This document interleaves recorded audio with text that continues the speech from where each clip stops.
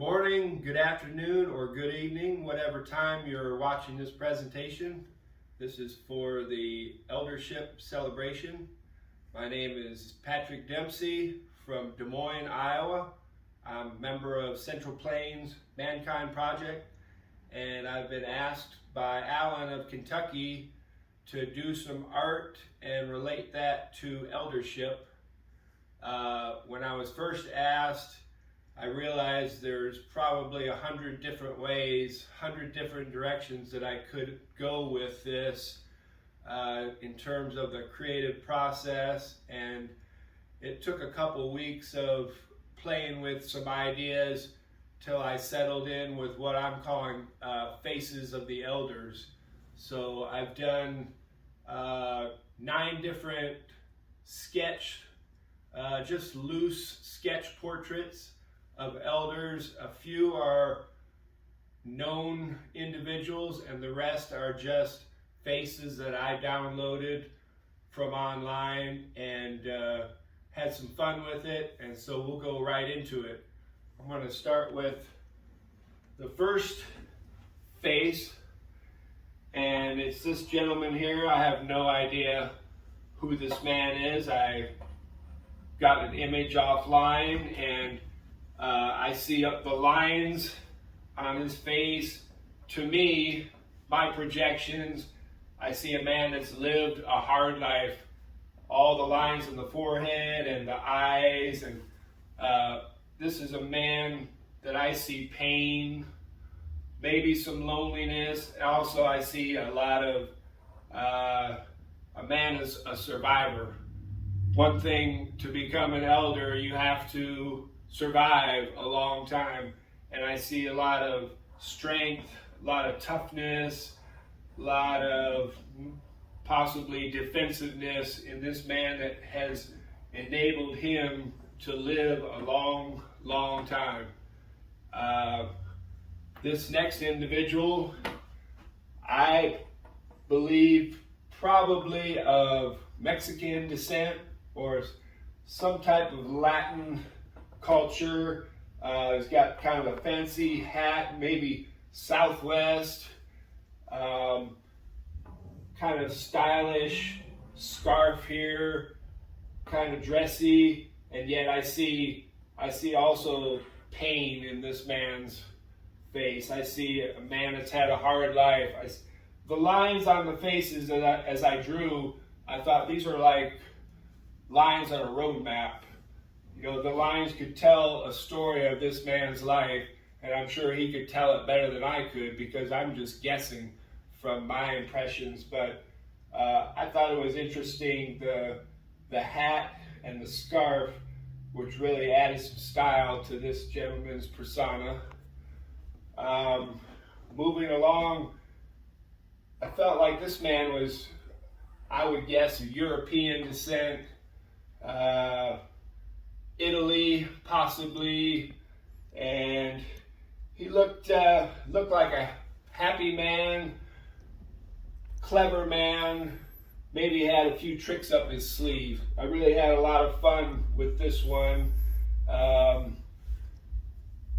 Moving along, now this was a mysterious man. I have no idea the culture behind this man.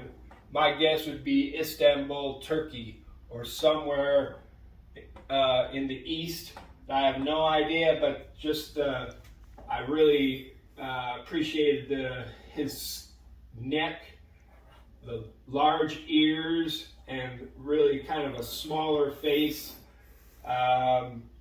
Really was a mysterious figure to me, the type of man that I haven't seen in my days growing up in the Midwest of America. Moving along, now here's hopefully a recognizable figure. It's Clint Eastwood, and he must be 90 some years old now and still doing movies. I always liked Clint Eastwood in his later movies as an elder because he seems to be wanting to convey a message to the next generation. And a lot of his movies, he he portrays a character that overworks and is somewhat distanced from his family, and his message is the opposite, is to be more engaged with family, less work, and it seems like there's always a moral tale or a moral lesson in his movies. And so in terms of eldership in America, I always thought he's a pretty good example of some positivity.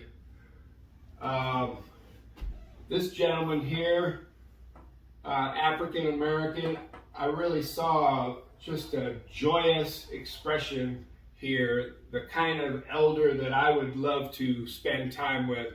Somebody that's happy, doesn't take things too seriously, and really has a lot to give to children and those around him. A good belly laugh, to me, is a great characteristic of a good elder. This individual, another black man, also I got a sense of joy there, a little bit of style with the hat and the shirt. And here again, I see somebody who's joyful, and maybe he's got a few tricks up his sleeves, maybe a few good jokes, and can make people laugh. Again, great characteristics of an elder. Things we want to pass on to our children and grandchildren.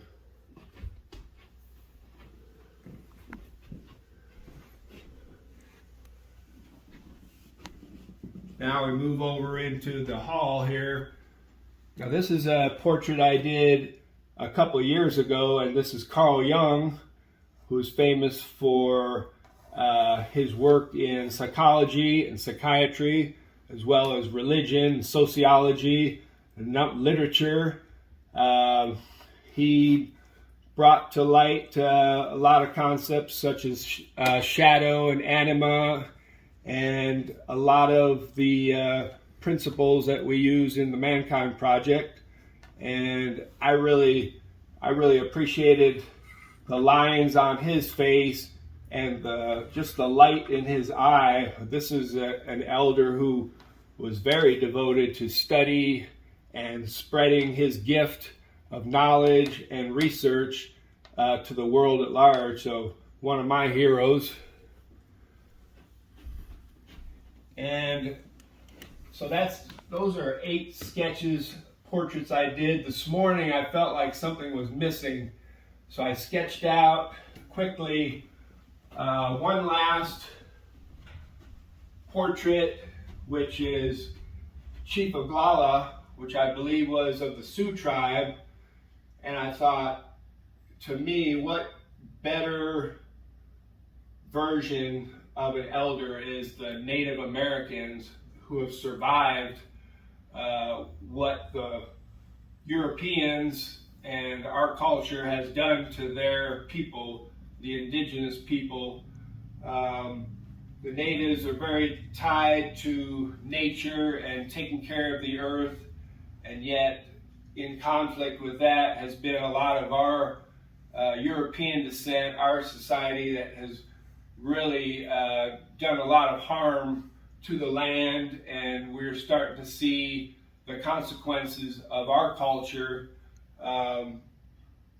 Like to see a shift back toward living in harmony with nature. And so I really felt compelled this morning. I really need to depict a Native American elder, and with all the feathers and the decorative dress, very noble, very spiritual in my mind. So that's basically my presentation. Again, it's entitled Faces of the Elders, and I want to thank Alan for inviting me to share some of my art, and also Bob Berger for encouraging me to finish up the project, and hope to see you all on some videos in the future.